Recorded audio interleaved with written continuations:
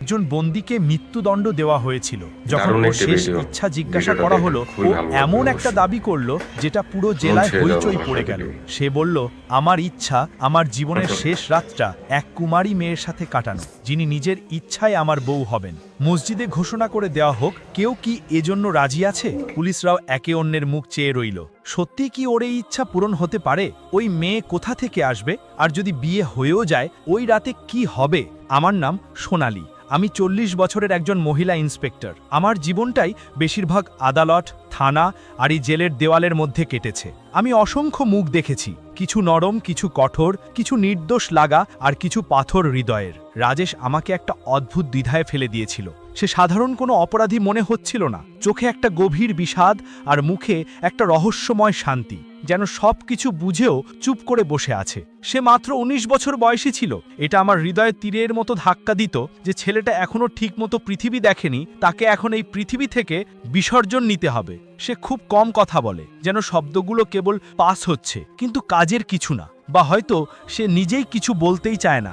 অনেকবার মনে হলো জিজ্ঞেস করব, রাজেশ, তুমি এমন কি অপরাধ করেছো যার শাস্তি মৃত্যুই হওয়া উচিত? কিন্তু তার মুখে ছড়ানো বিষণ্ণতা আমার ঠোঁটগুলোকে সিল করে দিল। পুলিশের চাকরি আমাকে কঠোর হৃদয়ের তৈরি করে দিয়েছিল, কিন্তু 870 নম্বর জেলের সামনে হৃদয়ে একটা কোমলতা জাগত। আমি জানতাম এখানে বন্দীদের সঙ্গে যোগাযোগ রাখা নিষিদ্ধ, আইন কঠোর। তা সত্ত্বেও কোথাও একটা প্রশ্ন বারবার মাথা তুলে দাঁড়াতো, এই ছেলেটা কি সত্যি অপরাধী নাকি পরিস্থিতির শিকার? এই ভাবনায় আজ আমার কাছে একটা বিশেষ আদেশ এলো। এমন একটা আদেশ যা শুধু রাজেশের শেষ ইচ্ছার সঙ্গে জড়িত ছিল না, বরং আগামী কয়েকদিনের মধ্যে আমাদের পুরো কারাগারকে কাঁপিয়ে দেবে। দুদিন পর বন্দী নম্বর 870কে মৃত্যুদণ্ড দেওয়া হবে। এই সময় তাকে তার মা এবং বাবার সঙ্গে শেষবারের মতো দেখা করার অনুমতি দেওয়া হয়েছে। এই খবর পেতেই আমার মনে একটা অদ্ভুত অস্থিরতা ছড়িয়ে পড়ল। কারাগারের পরিবেশে কঠোরতা স্বাভাবিক কথা ছিল, কিন্তু আজ বাতাসে বিষাদের সঙ্গে ভয় মিশ্রিত একটা অবস্থা ছিল। আমি জানতাম যে মৃত্যুদণ্ডপ্রাপ্ত প্রতিটি বন্দীকে তার শেষ ইচ্ছা প্রকাশ করার অধিকার দেওয়া হয়, কোনো বিশেষ খাবার হোক, দেখা হোক বা অন্য কোনো ইচ্ছে। তবে কেউ এমন কোনো অদ্ভুত অনুরোধ করত না যেটা রাজেশ পরে করল। রাজেশ কুমারের দেহটা ছিল পাতলা, লম্বা, কিন্তু মানসিকভাবে শক্ত। যখন সে তার মায়ের সঙ্গে দেখা করল, তখন দৃশ্যটা হৃদয় বিদারক ছিল। ওই মহিলা তার ছেলের গলায় হাত দিয়ে অঝরে কাঁদছিল, তুমি নির্দোষ। তার বিশ্বাস আমাকে চমকে দিয়েছিল। সাজা শোনানো হয়েছিল, তবুও সে আশা হারায়নি। মনে করেছিল হয়তো কোনো ভুল বোঝাবুঝি আছে। ঠিক সেই দিনই আমাকে রাজেশের শেষ ইচ্ছা জিজ্ঞাসা করার নির্দেশ দেওয়া হয়েছিল। আমি ভাবলাম হয়তো সে তার পরিবারের সঙ্গে কিছু সময় কাটাতে চাইবে, বা কেউ কোনো সাধারণ ইচ্ছে প্রকাশ করবে। কিন্তু যখন আমি তার সামনে গেলাম, তার মুখে একটা অদ্ভুত শান্তি ছিল। আমি ধীরে ধীরে জিজ্ঞেস করলাম, রাজেশ, তোমার কোনো শেষ ইচ্ছে আছে? যা বলো, পূরণ করার চেষ্টা করা হবে। সে আমার দিকে তাকালো, কিছুক্ষণ চুপ ছিল, তারপর বলল, আমার একটা ইচ্ছে আছে, কিন্তু ভরসা দিয়েও সেটা পূরণ করবে। আমি জবাব দিলাম, এটা তো প্রতিটি বন্দীর অধিকার, তোমার ইচ্ছে পূরণ করার চেষ্টা করা হবে। আমি ভাবলাম হয়তো সে কাউকে দেখতে চায়, কিন্তু যখন আমি তাকে এসপি সাহেবের কাছে নিয়ে গেলাম এবং তিনি কোমলভাবে জিজ্ঞেস করলেন, ছেলে, তোমার শেষ ইচ্ছা কি? তখন তার ঠোঁট থেকে বের হওয়া কথাগুলো পুরো ঘরটাই ভারী করে দিয়েছিল। রাজেশ বলল, আমি জীবনে প্রথম আর শেষবারই বিয়ে করতে চাই, নিজের বউয়ের সাথে এক রাত কাটাতে চাই, ফাঁসির আগে। রাজেশের কথা শুনে ঘরে একদম নীরবতা নেমে গেল। আমি, এসপি সাহেব আর বাকিরা হতবাক হয়ে একে অন্যের মুখ চেয়ে থাকলাম। এসপি সাহেব কয়েক সেকেন্ড নীরব থাকার পর সিরিয়াস কণ্ঠে বলল, ছেলে, বিয়ে তো আমরা করিয়ে দিতে পারি, কিন্তু ভাবো তো কোন মেয়ে তোমার সাথে বিয়ে করবে? সবাই তো জানে তোমাকে দুদিন পরে ফাঁসি দেওয়া হবে। তুমিও তো গরিব পরিবার থেকে আসছো, কোনো ধনসম্পদ আর প্রভাবের কোনো কাজ নেই। কোনো মেয়ে তার জীবন একদিনের বর হওয়ার জন্য কেন নষ্ট করবে? রাজেশ চুপচাপ শুনতে লাগলো, মুখে একটা অদ্ভুত শান্তি। তারপর বলল, আমি আমার কথায় স্থির আছি স্যার, আমার শেষ ইচ্ছা একটা মাত্র। এসপি সাহেব একটু রেগে বললেন, অন্য কোনো ইচ্ছা চাওয়া, কিছু খেতে চাও, কারোর সঙ্গে দেখা করতে চাও, কোথাও যেতে চাও, বলো, বিয়ে সম্ভব না। রাজেশ ধীরে বলল, স্যার, আপনি চিন্তা করবেন না, আমার বিয়ে নিজে নিজেই হয়ে যাবে। শুধু আপনি একটা কাজ করেন, মসজিদে ঘোষণা করিয়ে দেন যে বন্দী রাজেশ কুমার তার মৃত্যুদণ্ডের আগে একদিনের জন্য কারোর সাথে বিয়ে করতে চায়, এমন একটা মেয়েকে যে নিজের ইচ্ছায় তার স্ত্রী হতে চায়।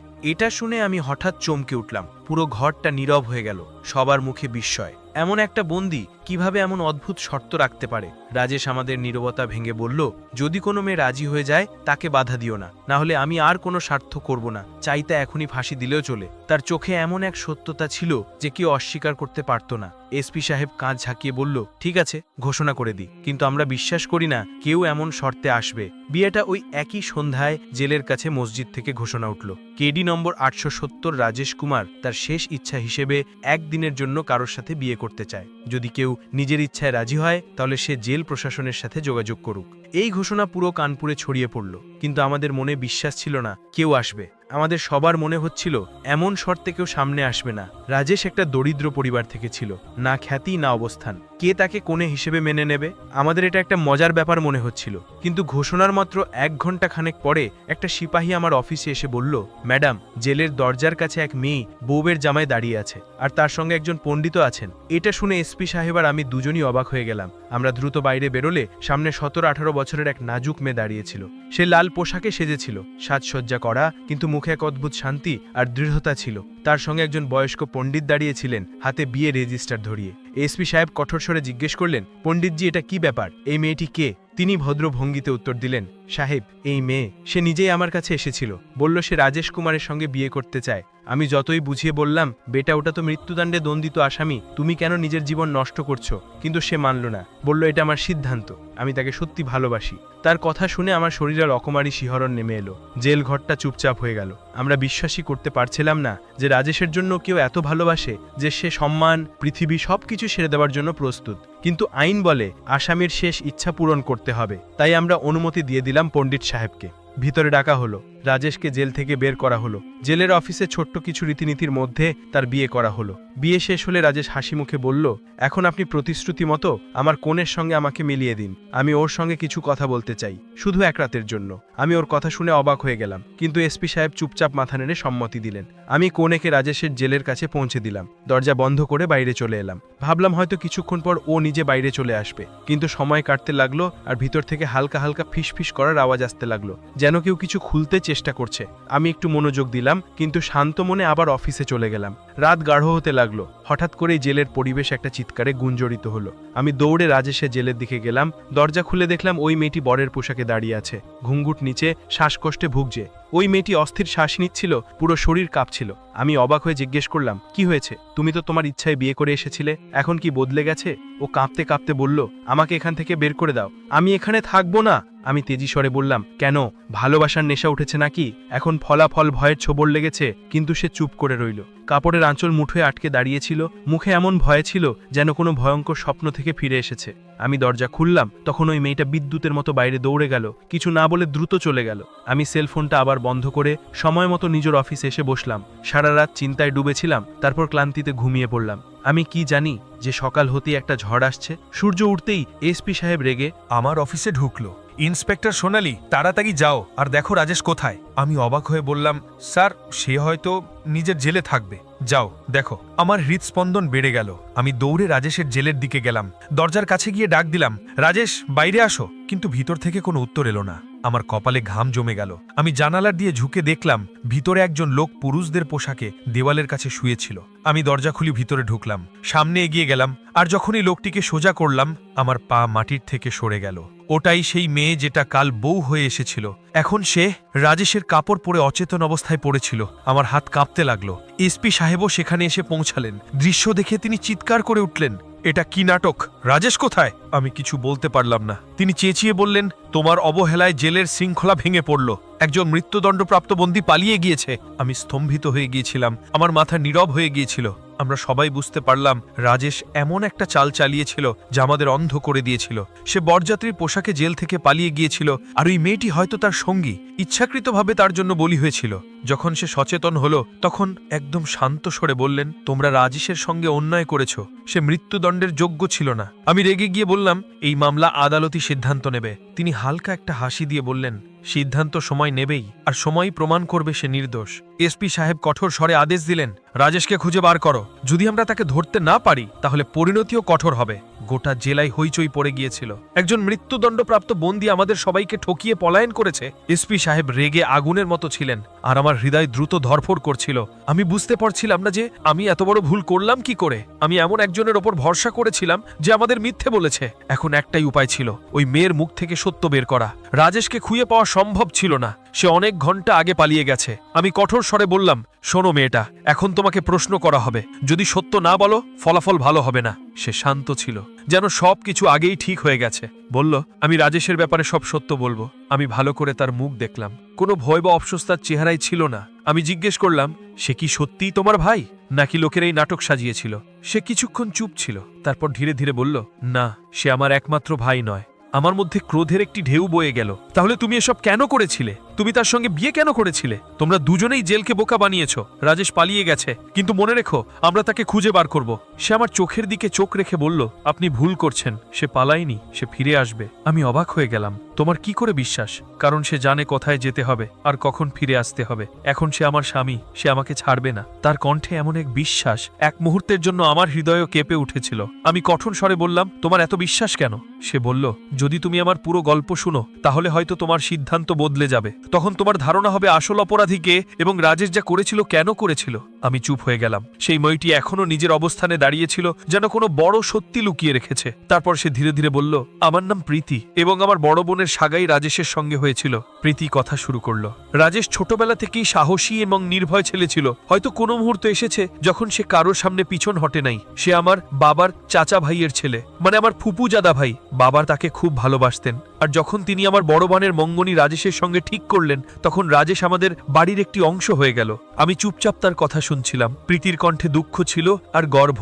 আমাদের গ্রাম সাহারনপুর ছোট একটা গ্রাম, কিন্তু ওখানকার পরিবেশটা অদ্ভুত ছিল। এক রাতে রাজেশ ভাই আমাদের খলাজাত বোনের কাছে এসেছিলেন। সে রাতে আব্বু বাড়িতে ছিলেন না, আর আমরা দুই বোন একা ছিলাম। আমি রান্নাঘরে চা তৈরি করছিলাম। রাজেশ ভাই আমার বোনের সাথে অন্য ঘরে কথা বলছিল। সবকিছু সাধারণ মনে হচ্ছিল। হঠাৎ দরজায় জোরে জোরে ঠক ঠক শব্দ শুরু হলো। সেই মুহূর্তটা মনে পড়তেই প্রীতির কণ্ঠ কাঁপতে লাগলো। আমি দরজার বাইরে তাকালাম, তখন ৩-৪ জন বদমাশ লোক দাঁড়িয়েছিল। তাদের মুখে বর্বরতার ছাপ ছিল। তাদের একজন বলল, আমরা জানি এখন তোমার বাড়িতে একজন যুবক এসেছে, তাকে বাইরে বের করে দাও। আমি ভয়ে জমে গেলাম। ভাবলাম, না যেন আপু এসে পড়ে বা কোনো ঝামেলা হয়। আওয়াজ শুনে রাজেশ তৎক্ষণাৎ বাইরে এলো। সে আমাকে ইশারা করলো ভিতরে চলে যেতে। আমি নিজের ঘরে গিয়ে দরজা বন্ধ করে কান দিয়ে শুনতে লাগলাম। বাইরে রাজেশ ওই দুষ্টুদের সামনে দাঁড়িয়েছিল। তাদের একজন কিছু বাজে কথা বলল, কিন্তু রাজেশ সাহস দেখালো না। চাইলে তো সে তাদের সবাইকে মার খাইয়ে দিত, কিন্তু সে জানতো সে একাই, আর আমাদের দুই দুর্বল বোন ভিতরে আছি।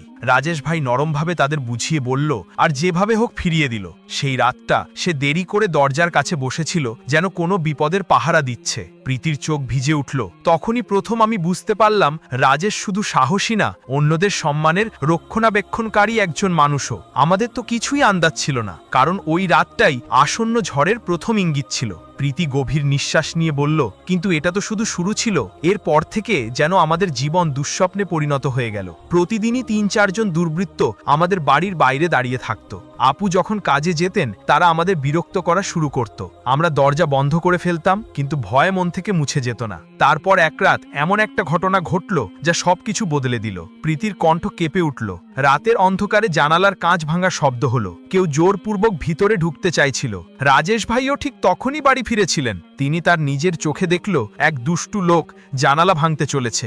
আর সহ্য করতে পারলাম না। বাইরে বেরিয়ে তাদের সাথে ঝগড়া করলাম। আমি চুপচাপ শুনছিলাম। প্রীতির কথা আমার হৃদয়ে ছাপ ফেলছিল। সেই লড়াইটা ভয়ঙ্কর ছিল। প্রীতি বলল, চিৎকারের আওয়াজ পুরো মহল্লায় গুঞ্জরিত হলো। আমার বড় বোন তাদের মাঝখানে এসে পড়ল, আর ধাক্কাধাক্কি শুরু হলো। রাজেশ ভাইয়ের হাতে একজন আহত হলো, কিন্তু সেটা হত্যাকাণ্ড ছিল না। এটা আমাদের সম্মান রক্ষার যুদ্ধ ছিল। প্রীতির চোখ থেকে অশ্রু ঝরল। আসল অপরাধীরা ওই দুষ্টু লোকগুলোই ছিল, কিন্তু সাজা পেল রাজেশ। যদি আমরা ধনী হতাম, যদি আমাদের কথা শোনার কেউ থাকতো, হয়তো এটা ঘটতো না। এই দুনিয়ায় দুর্বলদের জন্য কোনো ন্যায় নেই ম্যাডাম। রাজেশ কোনো নির্দোষের রক্ত ঝরায়নি, সে শুধু গর্বে আচ্ছন্ন ছিল। আমি কিছু বলতে পারিনি। প্রীতি চোখ মুছল এবং বলল, এই সব রাজেশের মায়ের ষড়যন্ত্র ছিল। সে বলেছিল আমি আমার অন্য মেয়েকে বলিদান দেব, কিন্তু আমার ছেলেকে ফাঁসি হতে দেব না। আমি স্তম্ভিত হয়ে গিয়েছিলাম। প্রীতি বলল, হ্যাঁ, আমি নিজেকে সেই পরিকল্পনার কাছে দিয়েছিলাম যাতে রাজেশ বাঁচতে পারে। তার মা তাকে মুম্বাইয়ের এক বড় আইনজীবীর কাছে পাঠিয়েছিল, সেই একই আইনজীবী যার জীবন রাজেশ বহু বছর আগে বাঁচিয়েছিল। সেই আইনজীবী। আদালত পৌঁছালাম আর সত্যিটা সামনে চলে এলো। প্রমাণিত হলো রাজেশ তার সম্মানের জন্য লড়াই করেছিল, কোনো জঘন্য অপরাধ করেনি। আদালত তাকে বেকুসুর খালাস দিল। প্রীতির চোখে ঝিলিক আসে। রাজেশকে মৃত্যুদণ্ড দেওয়া হলো না, সে মুক্তি পেল। আমি অনেকক্ষণ চুপচাপ বসেছিলাম। প্রীতি চলে গিয়েছিল, কিন্তু তার গল্প আমার হৃদয়ে ঠিক রেখে গেল। আমি জানলা দিয়ে বাইরে তাকালাম। আকাশে হালকা সকালবেলার আলো ছড়াচ্ছিল। আমার মনে হলো কিছু গল্প সময়ের সাথে মুছে যায় না, তারা সবসময় হৃদয়ের কোনো এক কোণে জীবন্ত থেকে যায়। তো বন্ধুরা, এই ছিল আজকের ভিডিওটি ভালো লাগলে লাইক, কমেন্ট, শেয়ার এবং সাবস্ক্রাইব করতে ভুলবেন না। একজন বন্দীকে মৃত্যুদণ্ড দেওয়া